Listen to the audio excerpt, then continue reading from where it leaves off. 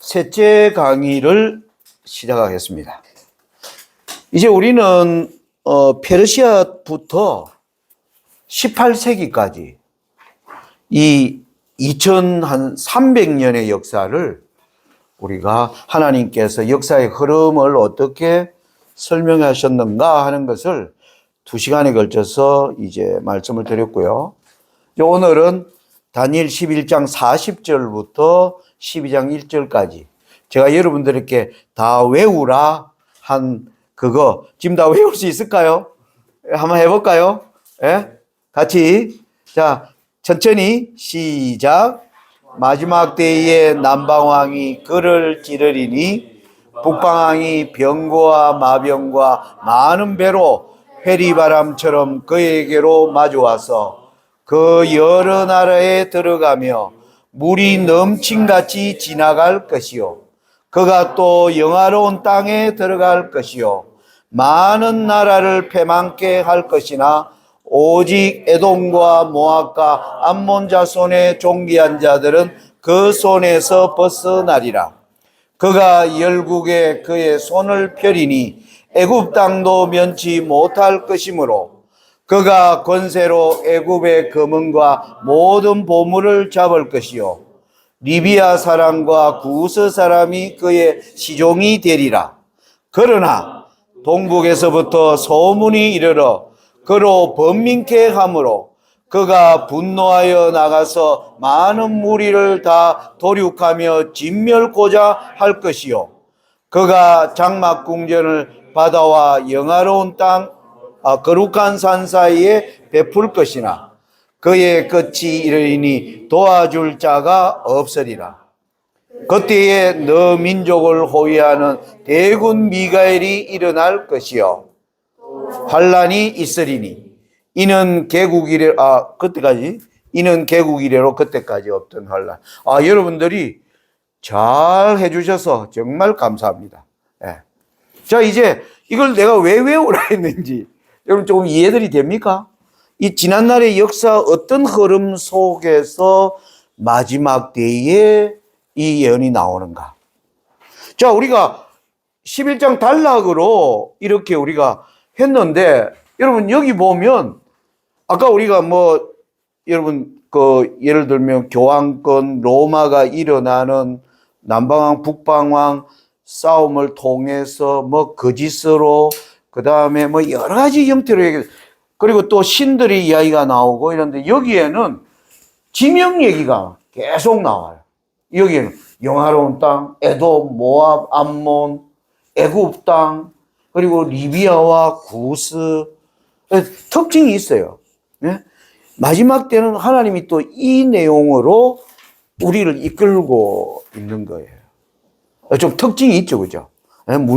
문맥마다 보면 특색이 있는 것이에요. 자, 요 내용을 우리가 이제 공부하는 데 있어서 중요한 게 이제 뭐냐면은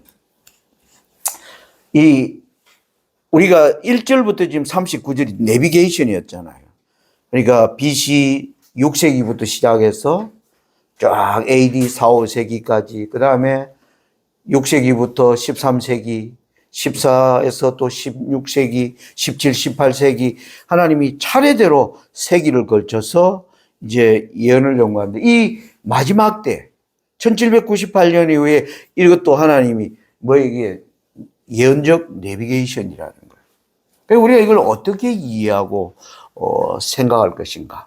그래서 중요한 게 뭐냐면 가장 마지막 때의 남방왕이 누구냐 이걸 이제 따져야 되는 거예요.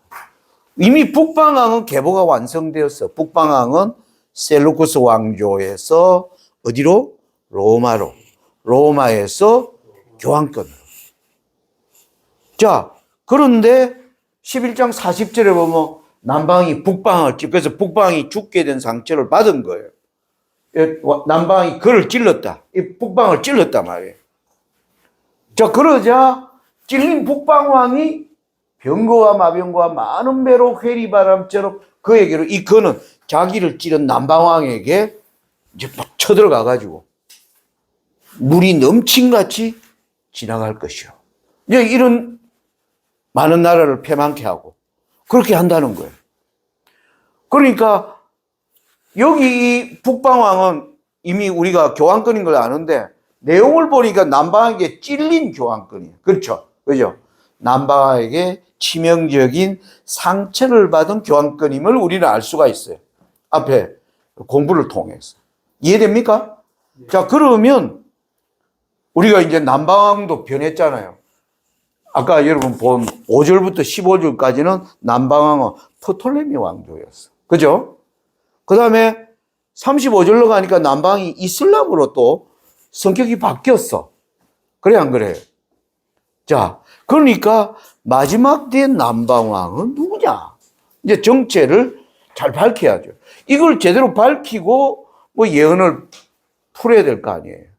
이 고민 없이 이 예언을 풀면 이게 뭐라 그럴까요? 이 논리적으로 안 맞습니다. 자, 그래서 우리가 먼저 아는 게 뭐냐면 이거는 예언적 내비게이션이다. 그래서 최근에 우리 시대에 여러분 태어나기 바로 전에 일어났던 일이기 때문에 자료도 많아, 안 많아? 어떤 데보다 자료도 풍성하고 이제 또 그리고 우리 시대에 일어나는 일도 포함되어 있는 거니까 우리가 좀 더 현실감 있게 볼 수 있는 내용이라고 할 수가 있겠죠. 자, 그런데 우리 이제 재림교회 일각에서 이제 이 우리 교회에서 나온 평신도 지도자 신학 교재가 있어요. 그 6권, 6권째 이름이 다니엘서 연구라는 책이에요. 거기에 247페이지에 이 11장 40절을 이렇게 풀어놨어요. 1798년에 치명상을 맞은 교황권은 꾸준한 신장을 보이다가 마침내 1929년 이탈리아와 라테란 조약을 체결함으로 잃었던 바티칸을 되찾아 독립국가로 인정받으면서 다시 세계적인 영향력을 행사하기 시작하였으며 지금은 온 세계 가장 권력 있는 통치자로 자리를 잡았다. 북방왕이 병거와 마병과 많은 배로 회리바람처럼 그에게로 마주와서 그 여러 나라에 들어가며 물이 넘친같이 지나갈 것이라는 말씀, 예언이 성취된 것이다. 이렇게 우리 교회 최종 건의가 아니에요. 한국 교회에서 이제 이렇게 지금 만든 거예요. 이게 과연 내가 교회를 비판하는 게 아니고 연구자로서 우리 마지막 때의 예언은요, 교회도 잘못할 수 있어요.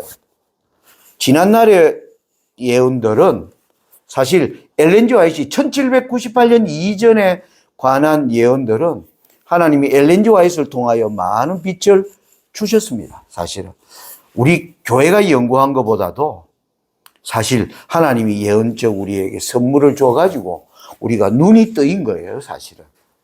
저도 제가 연구한 게 아니고 엘렌 G 화이트의 글을 보면서 저도 눈이 뜨인 거예요, 사실은.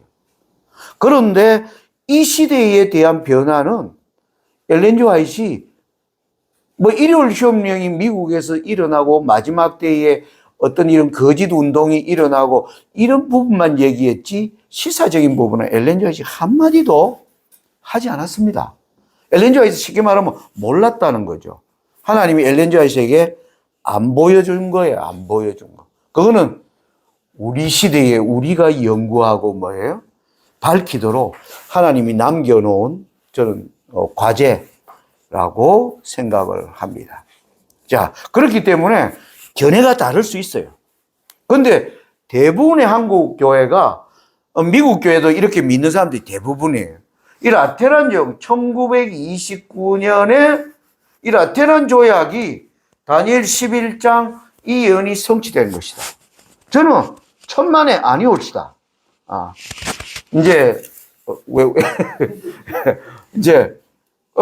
왜냐하면 이 시작을 잘 풀어야 돼요. 제가 여기 넥타이를 메고 있잖아요. 이 단추를 첫째 단추하고 둘째 단추부터 끼우면 어떻게 될까, 옷이? 계속 빼딱해지겠죠.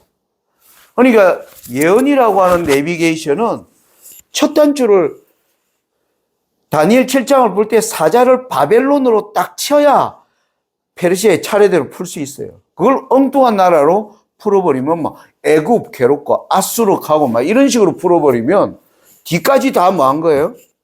헝클어져 버려요. 그래서 첫 번째 나오는 남방왕이 누구냐? 그걸 잘 이해를 해야 합니다. 자, 참고로 라테란 조약은 뭐냐? 우리 재림교회가 지금 많은 사람들이 믿고, 대부분의 사람들이 이렇게 믿고 있어요.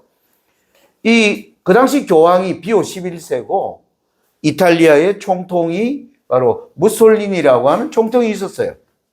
이 무솔리니는 이탈리아가 교황이 무너지고 난 뒤에 이탈리아는 큰 혼란에 빠집니다.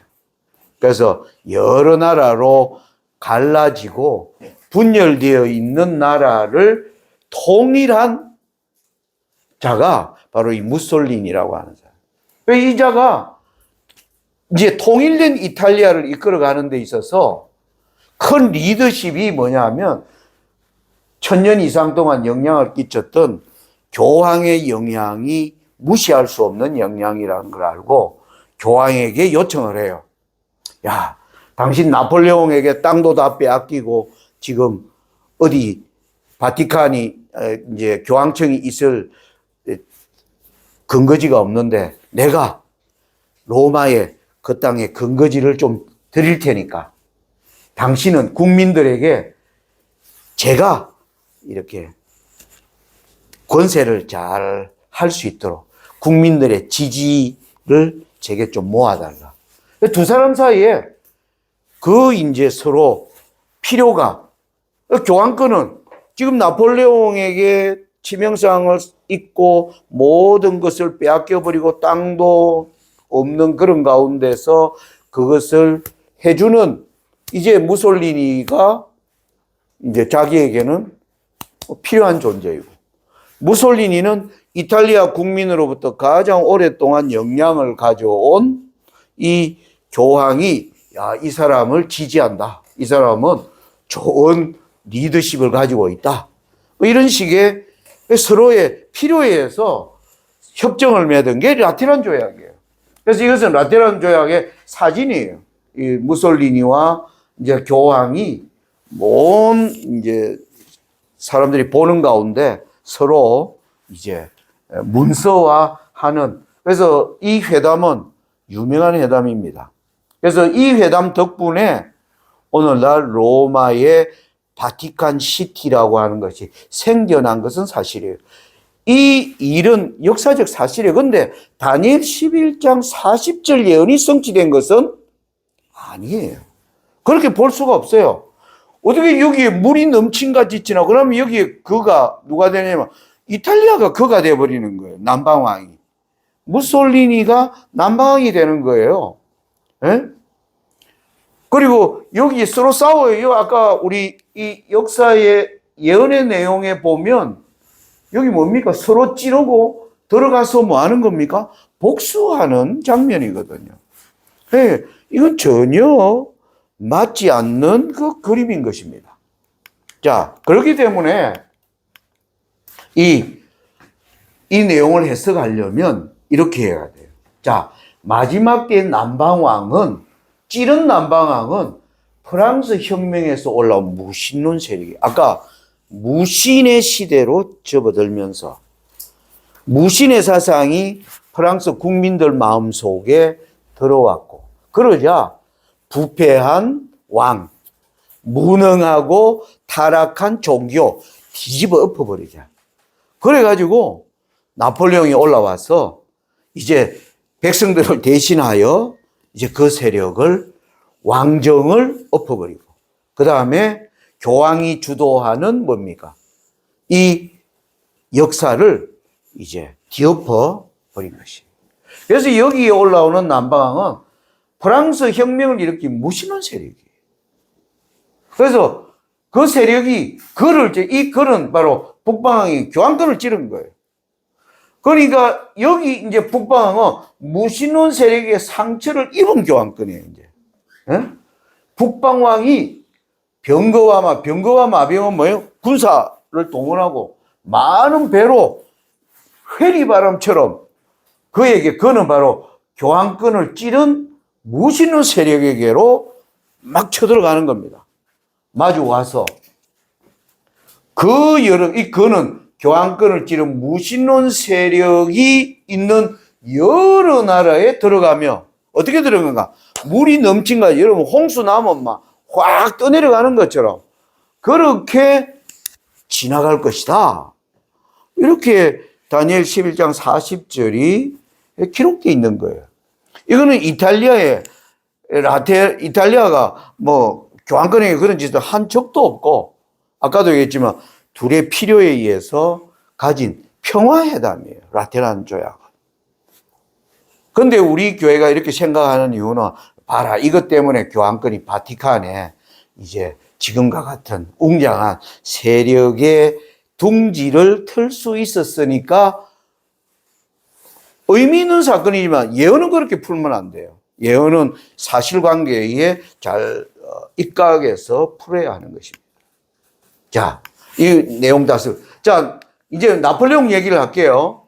나폴레옹이 무너뜨리고요. 스스로 나는 내 스스로 왕관을 씌운다. 이래서 해가지고 나폴레옹 체제에서 유럽과 이제 전쟁이 벌어지는 거예요. 유럽이 대부분의 나라들이 전부 이때만 하더라도 왕정 체제단 말이에요. 그런데 프랑스는 왕을 뭐 해버린 거야?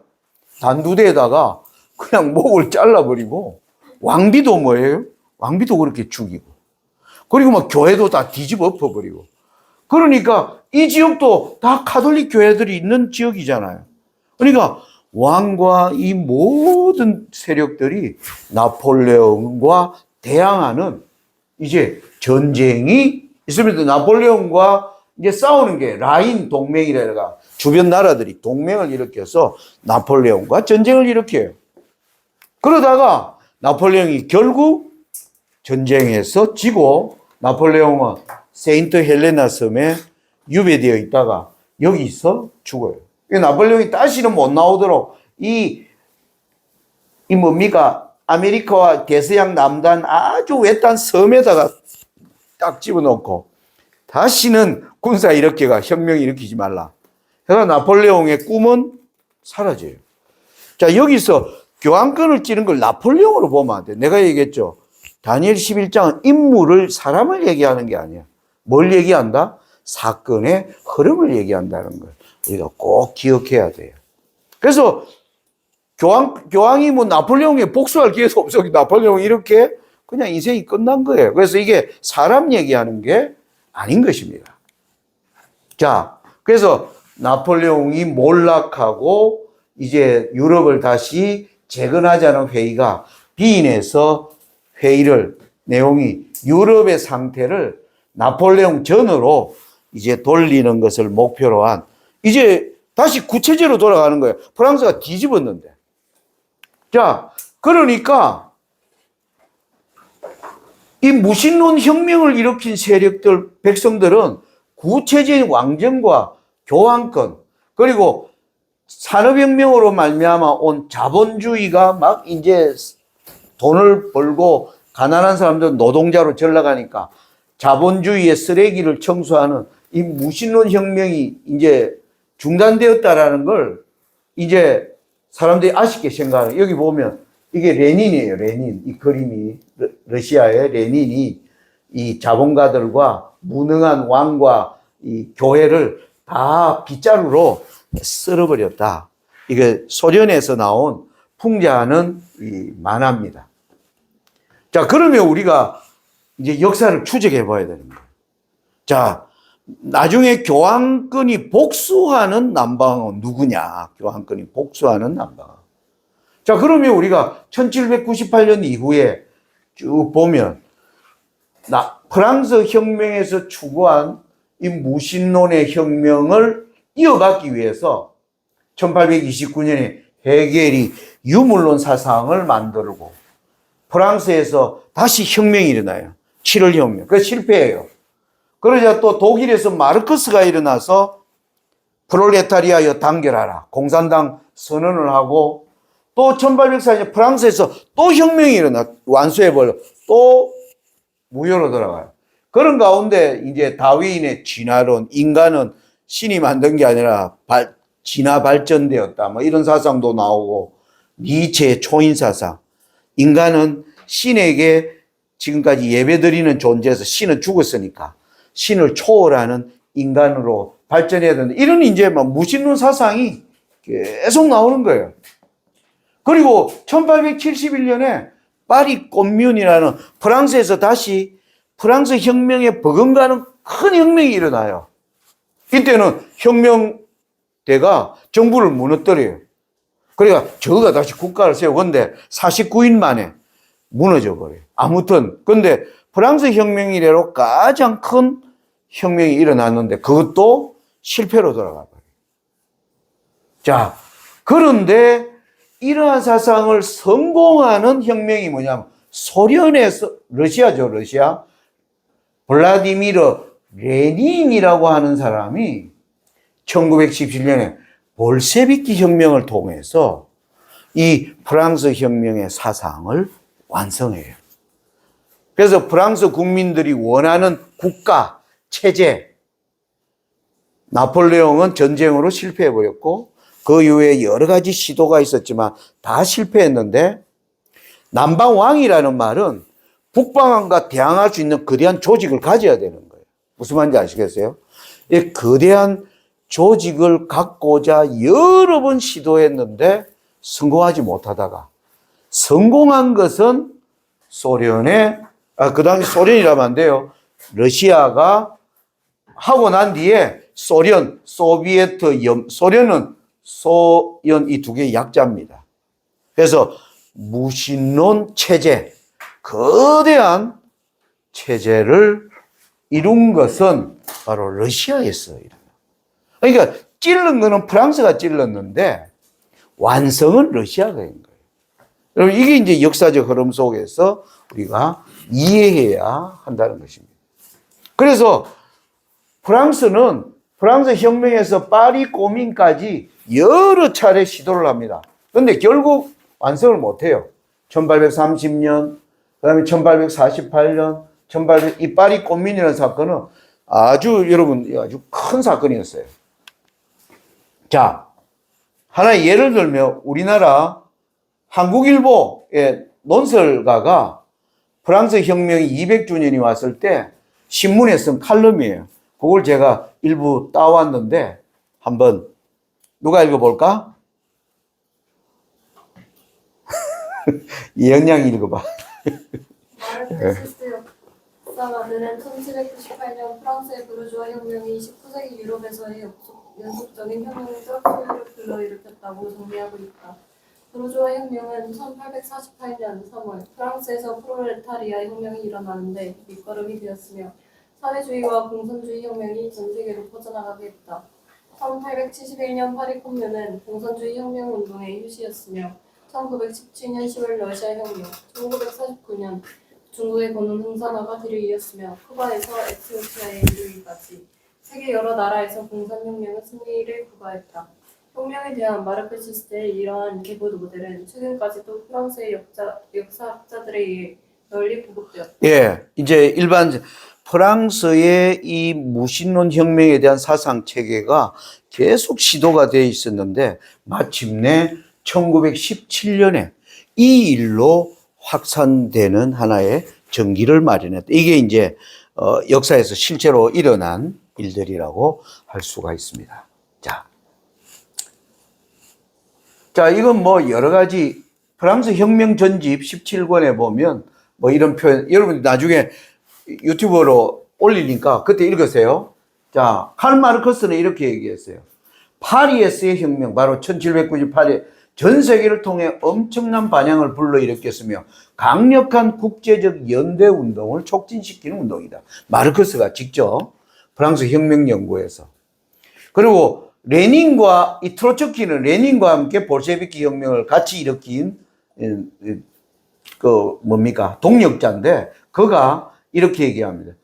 러시아 혁명의 노동계급은 파리 꼬미 프랑스에서 이것을 우리가 배워야 했다. 이런 표현을 하고 있어요. 우리 교회 유명한 우리 교회 맥스웰 목사님이 요한계시록 연구 281페이지에도 그분은 이런 얘기를 했습니다. 프랑스 혁명은 공산주의라고 하는 또 하나의 현존하는 유산을 남겼다. 칼 마르크스는 공산주의를 규명하기 위해 레닌과 트로츠키는 1917년 볼셰비키 혁명을 준비하면서 프랑스 혁명의 전 과정을 세밀히 분석했다. 우리 맥스웰 목사님이 오래전에 돌아가신 분인데 예언 연구에 아주 20세기 중반에 우리 재림교회 예언 연구에 아주 중요한 족적을 남긴 분들입니다. 그래서 1798년의 사건이 하나님이 아주 중요한 랜드마크로 세우고 있는 거예요. 그죠? 1798년을 얘기하기 위해서 한때, 두때, 밭때, 1260일, 42달, 수많은 그 때에 관한 예언이 전부 어느 때를 중요하고 있는 거예요. 1798년을 딱 지목하고 있는 거예요. 그래서 이 운동이 마지막 시대에 어떠한 영향으로 옮아가는가 하는 거예요. 지금 우리나라도요, 이재명 정부가 올라오면서 대부분이 뭐면 이 막시스트들이 지금 정권에 지금 다 우리나라 지금 정부에 지금 포진에 들어간 거예요. 윤석열 정부는 이런 자들을 다 쫓아냈다가 이제 다시 이게 이제 지금도 이 혁명은 계속 추진 중에 있는 거예요. 이 마지막 시대를 관통하는 무신의 사상. 이게 하나님이 지적하고 있는 것입니다. 자, 그래서 이 혁명이요, 이게 레닌이 이제 이 혁명을 했을 때 프랑스 이제 막 국민들이 이제 모인 그 당시 사진이에요. 그래서 볼셰비키 혁명 이후에 쫙 이제 발전되는 거예요. 스탈린과 히틀러가 드디어 연합하고요. 세계적인 코민프롬이 찰성하고 드디어 중국도 이제 1949년에 공산주의를 선언한 거예요. 그리고 중국도 볼셰비키 혁명에 버금가는 문화대혁명을 일으키고 그러면서 마침내 캄보디아에서 킬링필드, 캄보디아의 공산주의자 대통령이 올라와가 그 앞에 있던 사람들, 그 당시 캄보디아 인구가 600만 명인데 200만 명을 죽였어요. 3분의 1을. 그게 유명한 킬링필드. 이 혁명을 완수하기 위해서 이런 일들이 일어난 거예요. 자, 그래서 70년대에 이 사회주의를 지향하는 국가가 이렇게 커졌는 거예요. 우리 보세요. 한국의 남한, 북한, 일본 외에는 전부 뭐예요? 다 공산화돼요. 이만큼 세력이 커진 거예요. 그것을 열어간 것이 뭐다? 러시아의 볼셰비키 혁명이었어요. 자, 그럴 때 1963년부터 1965년에 지금 바티칸에서 이제 공의회가 열린, 공의회는 이제 이들이 4년인가 2년마다 주기적으로 우리나라 대총회 하듯이 이제 그들의 개혁 과제 그리고 앞으로 어떠한 문제를 풀어나갈 것인가를 하는 가장 큰 행사예요. 거기에 열릴 때 이제 뭐냐면은 가톨릭이 나아가기 위해서 여러 가지 방향을 이제 이야기합니다. 자, 그만큼 이 공산주의의 세력의 확대는 미국에게도 위협이었지만은 교황권에게 왜 자기를 찌른 세력이 너무너무 커지고 있는 거예요. 너무너무 커지고 가만히 있을 수 없는 거예요. 이걸 막아야 된다. 이게 이제 북방왕이 가지는 이제 고민이었죠. 자, 그때에 1978년에 요한 바오로가 드디어 교황으로 등장을 해요. 자, 이 교황과 그 다음에 미국의 레이건 대통령이 1981년에 둘이 비슷한 경우 둘 다 암살자에 의하여 총을 맞아요. 교황도 총을 맞고 레이건 대통령도. 그런데 둘 다 살아나. 예? 그러니까 두 사람이 살아나가 서로 만났다니. 살아가 둘이가 이렇게 우리가 당신은 전 세계 종교의 지도자고 나는 전 세계 정치 지도자인데 하나님이 우리 둘을 똑같은 경험을 하게 하죠. 성경에 보면 죽게 된 상처가 나은 자. 둘 다 죽을 뻔하다가 뭐 한 거예요? 나은 거예요. 그러니까 우리가 신이 뭘 하라고 하는 거 아니냐. 그래서 보니까, 아, 신이 저 공산주의를 무너뜨리라고 하는 신호이다. 두 사람이 그렇게 뭐 이렇게 결론을 봤다라고 뭐 알려져 있어요. 자, 그러면서 이제 소련을 무너뜨리기 위한 이제 일들이 1978년부터 이런 일들이 일어납니다. 소련을 무너뜨리기 위해서 레이건 대통령이 국가안보 정책, 미국과 바티칸이 드디어 뭐 이걸 하기 위해서 신성동맹 체결, 우리가 성경에서 미국과 교환권이 연합하는 이 예언들이 이 사건에서 우리가 성취되는 걸 보는 겁니다. 자, 그러면서 1991년에 오면서 뭐예요? 소련 군사 조직이 해체되고, 그리고 소련이 15개국으로 물이 넘친까지 땅이 다 여러 나라에 아까 들어가면 모든 나라들이 다 뭐예요?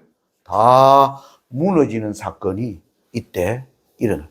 다니엘 11장 40절 예언의 성취는 이때 성취된 거예요. 이때. 이탈리아 라테란 조약이 아니고요. 이 우리가 첫 단추를 제대로 풀어야 된다는 거예요. 여러분 이거 자주 보셨죠? 타임 잡지가 이제 이렇게 이야기하고 있다. 자, 보세요. 요 내용 이제 설명했고, 여기 13장 12절에 뭐, 그가 미국이에요. 그가 먼저 나온 짐승, 죽게 되었던 상처가 나왔다. 미국이 이 짐승을 위해서 모든 권세를 그 앞에 교환권 앞에서 행하고. 그래서 교환권이 살아나도록 도와주는데 누구예요? 그가 땅에서 올라온 짐승이에요.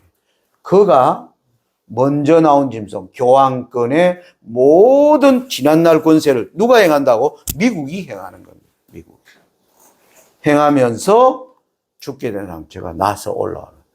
그래서 이 모든 예언들이 뭐로? 1990년대에 이 예언의 성취로 뭐예요? 얘기를 하고 있는 거예요. 그래서 이렇게 정리할 수 있는 겁니다. 다니엘 11장 40절은 교환권이 자신을 찌른 남방왕인 무신론 세력을 무너뜨림으로 죽게 된 상처가 나을 것임을 증거하고 있는데, 계시록 13장 12절은 교환권에 죽게 된 상처가 나음에 관해 미국이 교환권을 대신하여 권세를 행할 것을 추가적으로, 계시록 13장 12절은 권세는 누가 행하는가?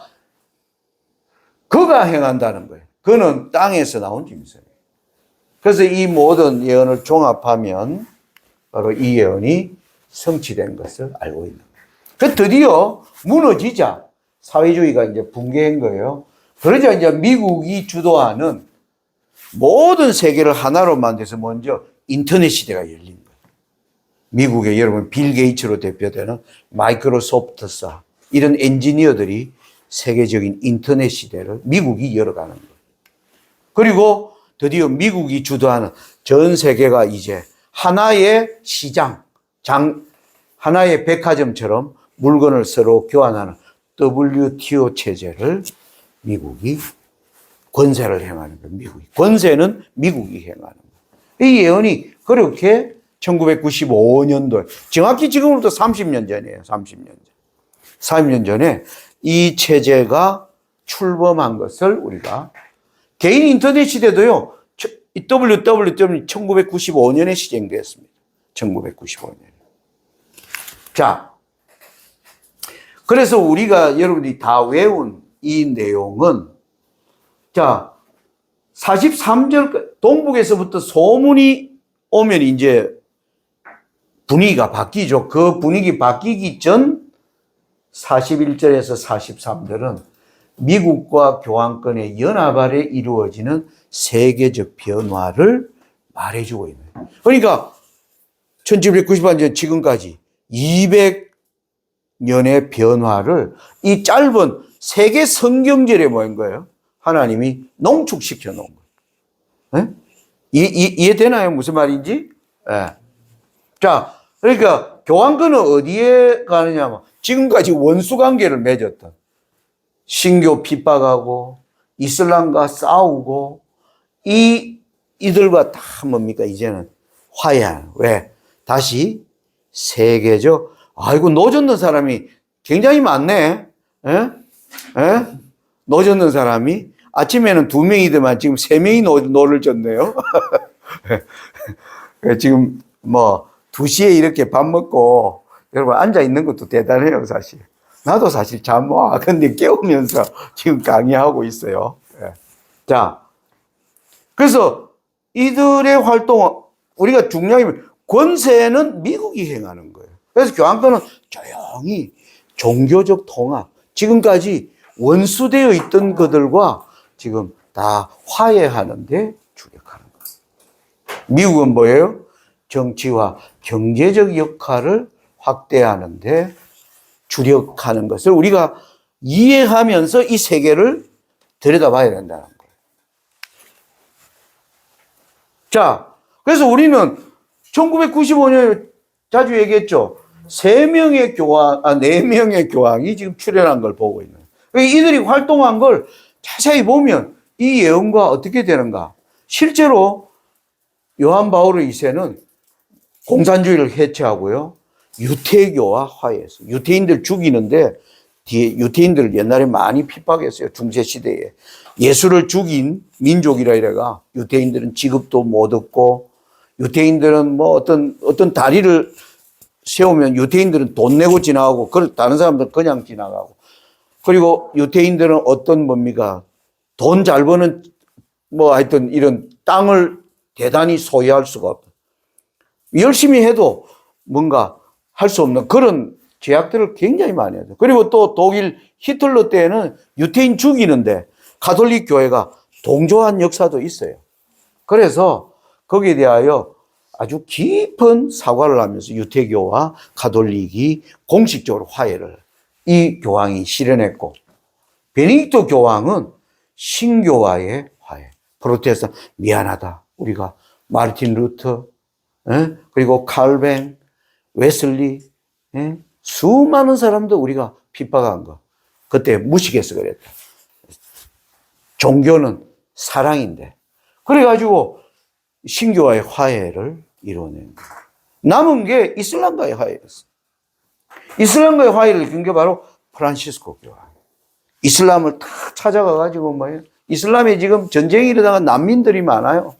그 난민들이 모인 곳에 찾아가서 뭐예요? 그 어린아이들 발을 씻어주고, 아이의 발에 키스하면서, 이제, 이슬람 난민들이 유럽에 정착할 수 있도록 길을 열어가면서, 이슬람 사람들은 이 프란시스코를 굿 스메리테라고 그래요. 착한, 이슬람 사람들이 착한 사마리아 사람이다. 라는, 그래서 이슬람과의 화해를 주대요. 이게, 이 세 교황이 이 일을 차근차근 이루어나가는 걸 우리가 본 겁니다. 자, 이제 올해 이제 이 올라온 교황은 어디에 가장 주력을 둘까요? 저는 바로 종교 거짓 부흥 운동을 일으킨다. 지금 이 교황은 온 데 다면서 부흥 운동을 일으킵니다. 여러분 회개해야 됩니다. 부르짖어요. 그러고 교황권이 밀실에서 업무 꾸미던 지난날의 그런 어두움의 역사를 우리는 이제 다 그어야 됩니다.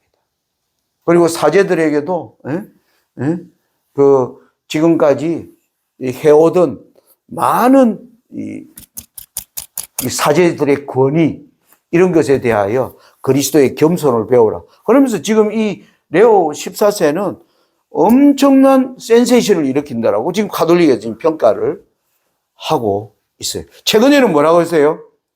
마리아는 뭐다? 천주교는 지금까지 마리아를 우리를 구원하는 하나님의 조력자라고 불렀어요. 그런데 마리아는 조력자가 아니다. 이렇게 선을 그어줬어요. 천주교가 마리아 숭배한단 말이에요. 그리고 마리아가 성천했다라고 천주교는 가르쳐요. 우리 날력으로 8월 15일입니다. 그때 되면 천주교는 마리아님을 위해서 헌금을 많이 하면 마리아가 하늘에서 열심히 빌어줘가 지금 지옥에 가 있던 네 조상이 어디로 간다? 연옥으로 옮겨간다. 이렇게 얘기하면서 헌금을 많이 거두는 거를 이 교황이 그 잘못된 거다. 이런 얘기를 하는 거예요. 그러니까 사람들이 와, 수백 년 동안 해왔던 것을 그래서 아주 부흥운동을 일으키는 근데 이 거짓 부흥운동이에요. 근데 그 기도를 어디에서 하냐? 베드로의 무덤 앞에 가서 딱마다 기도하고. 베드로의 무덤이 뭐라고? 예? 예? 예? 그러니까 이 운동에 전 세계가 지금 따라가는 그런 일을 하고 있다라고 저는 지금 보이고 있어요. 아무튼. 자, 이제 우리 족적을 살펴보면 이제 우리가 풀어야 되는 게 땅을 중심으로 하나님 풀었단 말이에요. 영화로운 땅, 에돔, 모압, 암몬, 바로 이 지역에 있는 땅이죠. 그리고 나서 애굽, 리비아, 구스가 에티오피아예요. 네? 여기. 이 지역을 마지막 예언을 얘기하고 있는 겁니다. 자, 요거는요, 헤로도투스 당시에, 지금으로부터 2000년 전에 세상 사람들은 이 지역의 지도를 이렇게 그려놓은 거고, 그 당시. 사람들이. 네? 2000년 전에. 그때에, 여기 보면, 이 지역이 크게 세 개, 리비아, 예?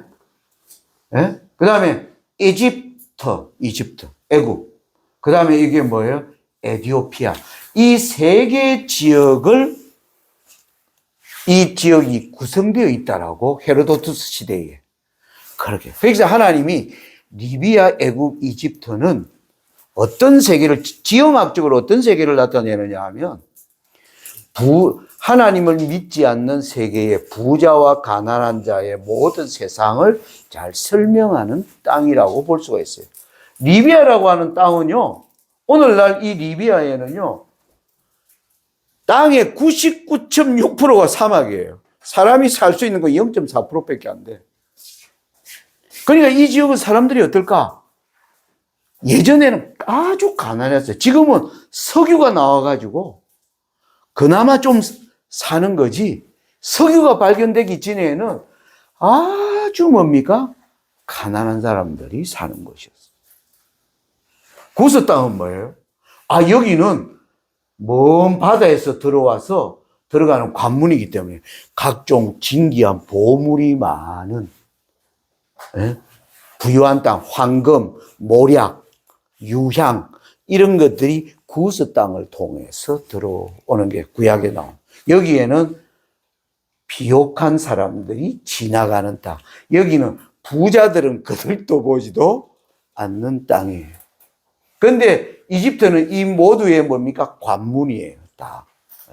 하나님이 이러한 얘기로 하고 있는 것이에요. 오늘 우리 시대로 보면 여긴 다 뭐예요? 이슬람 지역이에요. 물론 여기 에티오피아는 기독교인들이 많습니다만 그래도 지금 미국이 여기서 지금 전쟁이 일으키고 있죠. 여기 후티 반군이 지금 계속 여기 들어오는 이 상선을 공격하는.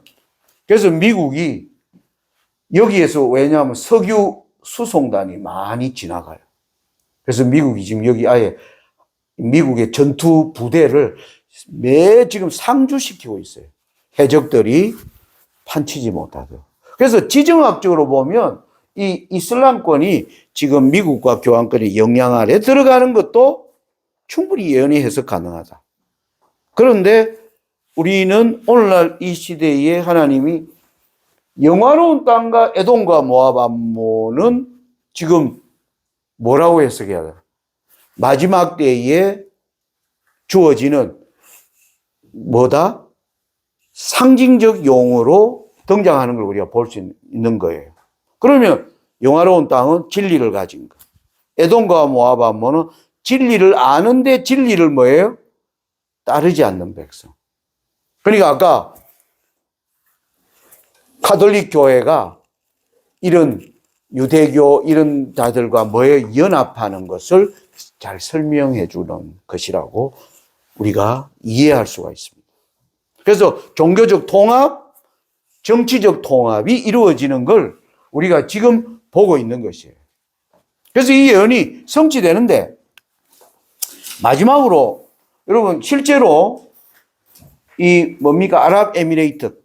아랍에미레이트는 지금 오늘날 아브라함 패밀리 하우스라 이래서 유태교, 기독교, 이슬람, 신교, 구교 모두가 아브라함 안에 다 한 가족이다. 이래서 이 거대한 화해의 일들이 실제로 이것이 지어져 있습니다. 지금 우리가 나타나서 있고요.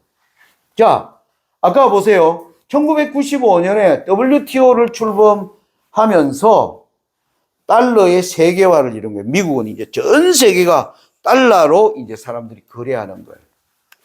그런데 미국이 지금 과도한 빚으로 말미암아 힘들어지고 있는 거예요. 그러니까 트럼프가 올라오더니 뭐예요? 글로벌 네트워크가 깨져버린 거예요. 지금 25년에 옛날에 친구 우리는 서로 좋은 사이야 다 그냥 물거품 돼버린 거예요. 전부 네트워크가 대혼란이 일어나는 걸 우리가 지금 보고 있는 것입니다. 미국의 정치적 리더십이 지금 뭐 하고 있다? 붕괴되고 있는 거예요. 자, 이제 미국이라는 나라를 봅시다. 미국을 중심으로 보면 미국과 유럽 사이에는 대서양이 있어요. 그리고 미국과 아시아 사이에 태평양이 있는 거예요. 그 옛날에 1990년대 이전에는 이 지역이 다 잘 사는 나라였어. 미국, 유럽. 여기는 좀 가난하고 별로, 일본이 조금 한동안 그랬지만은, 그러니까 그 당시 모든 세계 질서는 이 대서양을 중심으로 이루어진 거예요. 그런데 소련이 붕괴되면서 미국이 이 질서까지 미국이 뭐예요? 감당해야 되는 거예요. 미국이 패권 국가가 되려면. 예? 옛날에 소련이 있을 때는 누구도 미국이 감당할 수도 없고 소련도 서로 뭐예요? 쉽게 말하면 무슨 지대? 무법지대.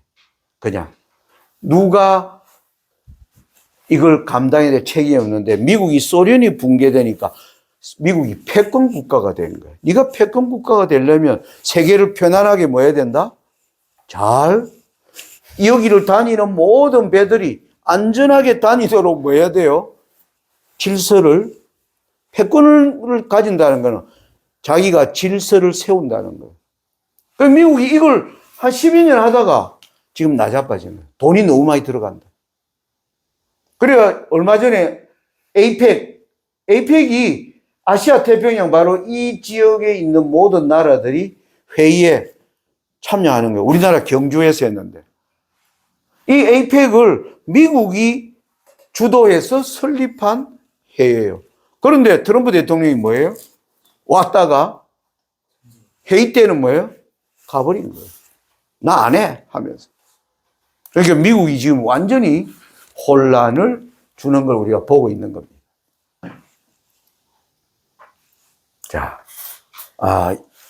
지금 아무래도 좀 찬 공기를 조금 우리가 마시는 게 좋을 것 같습니다. 예, 여기서 우리가 10분간 휴식하고 내용을 하고 이제 질의응답 받는 시간을 갖도록 하는 게 좋을 것 같습니다.